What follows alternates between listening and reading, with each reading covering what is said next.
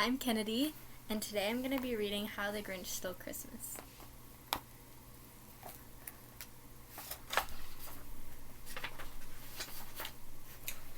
Every Who down in Whoville liked Christmas a lot.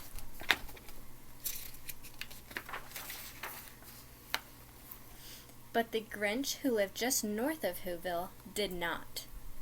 The Grinch hated Christmas, the whole Christmas season.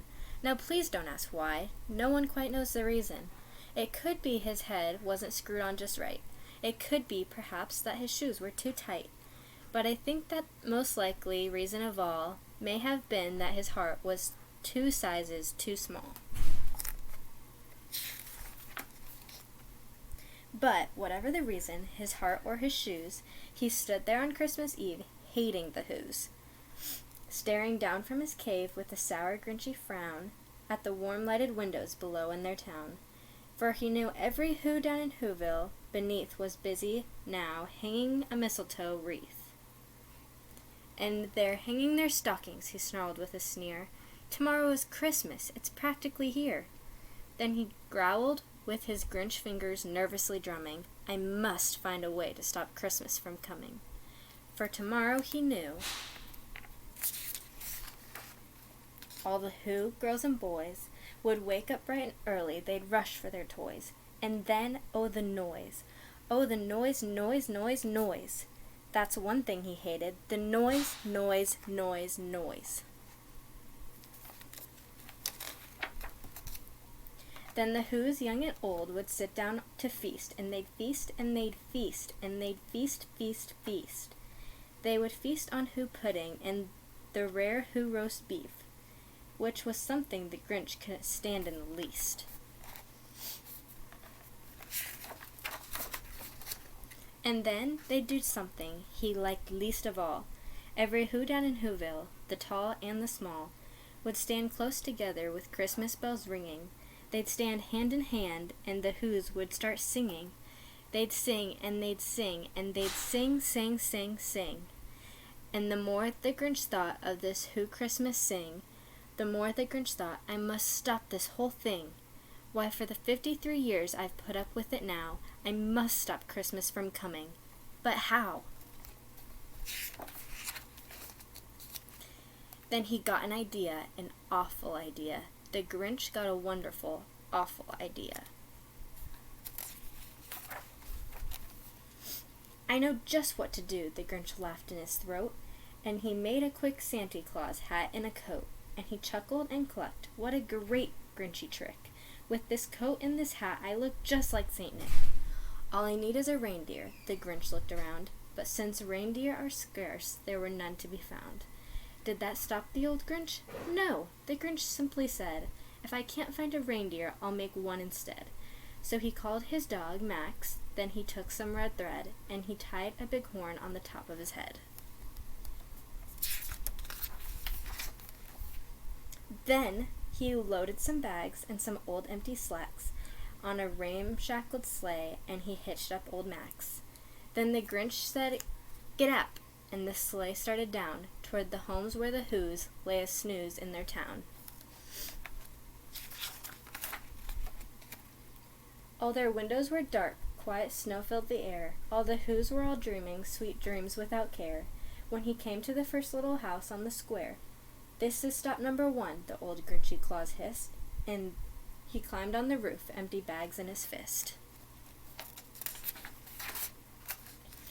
Then he slid down the chimney, a rather tight pinch, but if Santa could do it, then so could the Grinch.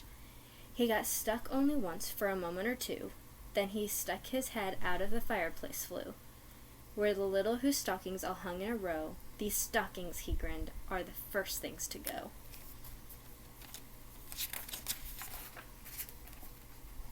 Then he slithered and slunk with a smile most unpleasant around the whole room, and he took every present. Pop guns and bicycles, roller skates, drums, checkerboards, tricycles, popcorns, and plums. And he stuffed them in bags, and then the Grinch, very nimbly, stuffed all the bags, one by one, up the chimney.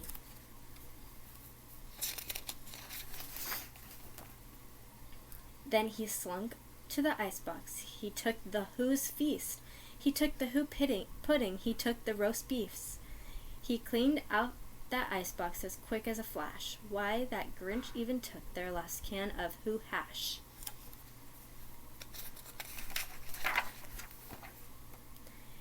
Then he stuffed all the food up the chimney with glee. And now, grinned the Grinch, I will stuff up the tree.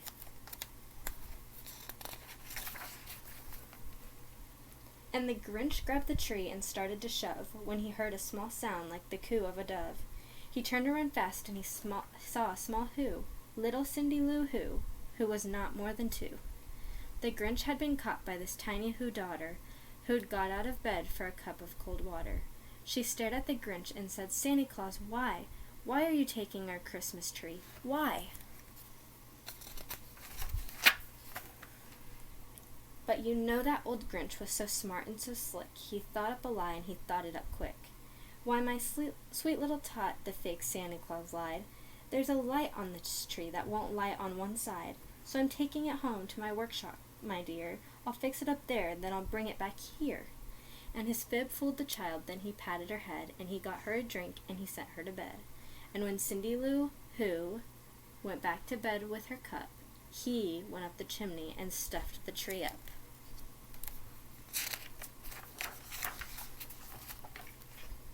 Then the last thing he took was the log for the fire. Then he went up the chimney himself, the old liar. On their walls he left nothing but hooks and some wire, and then one speck of food that he left in the house was a crumb that was even too small for a mouse. Then he did the same thing to the other Who's houses, leaving crumbs much too small for their other Who mouses. It was 1/4 dawn, all the Who's still in bed, all the Who's still a snooze when he packed up his sled. Packed it up with their presents, the ribbons, the wrappings, the tags and the tinsel, the trimmings, the tappings.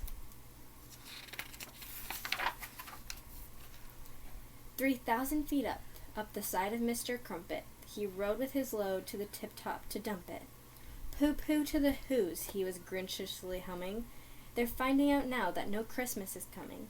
They're just waking up. I know just what they'll do. Their mouths will hang open a minute or two. Then the Who's down in Whoville will all cry, boo-hoo.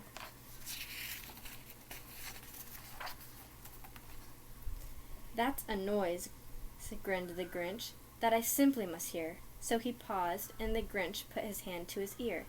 And he did hear a sound rising over the snow. It started in low, then it started to grow. But the sound wasn't sad. Why, the sound sounded merry. It couldn't be so. But it was merry. Very. He stared down at Whoville. The Grinch popped his eyes. Then he shook. What he saw was a shocking surprise.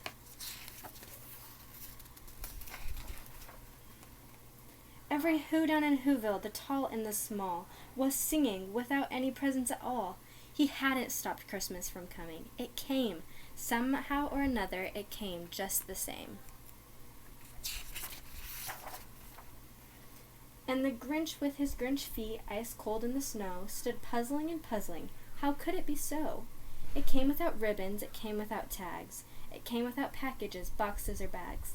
And he puzzled 3 hours, till his puzzler was sore. And then the Grinch thought of something he hadn't before. Maybe Christmas, he thought, doesn't come from a store. Maybe Christmas, perhaps, means a little bit more. And what happens then? Well, in Whoville they say that the Grinch's small heart grew 3 sizes that day. And the minute his heart didn't feel quite so tight, he whizzed with his load through the bright morning light, and he brought back the toys and the food for the feast. And he